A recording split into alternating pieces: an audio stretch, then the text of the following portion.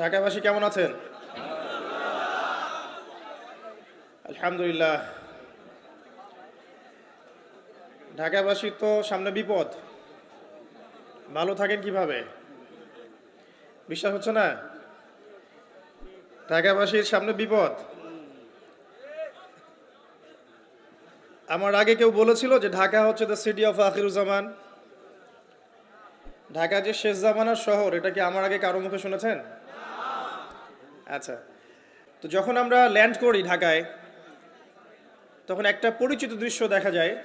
এই দৃশ্য বাংলাদেশের অন্য কোনো জায়গায় দেখা যায় না। সেটা হলো বাক্সে বাক্সে বন্দি জীবন।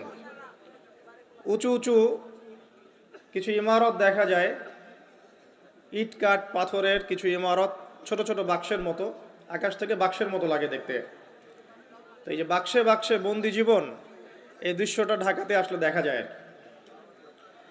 দেখুন, যখন আমরা ল্যান্ড করি তখন কি দেখি? দেখি হাইলি কনস্ট্রাক্টেড বিল্ডিংস। ঢাকায় আমরা দেখি হাইলি কনস্ট্রাক্টেড বিল্ডিংস।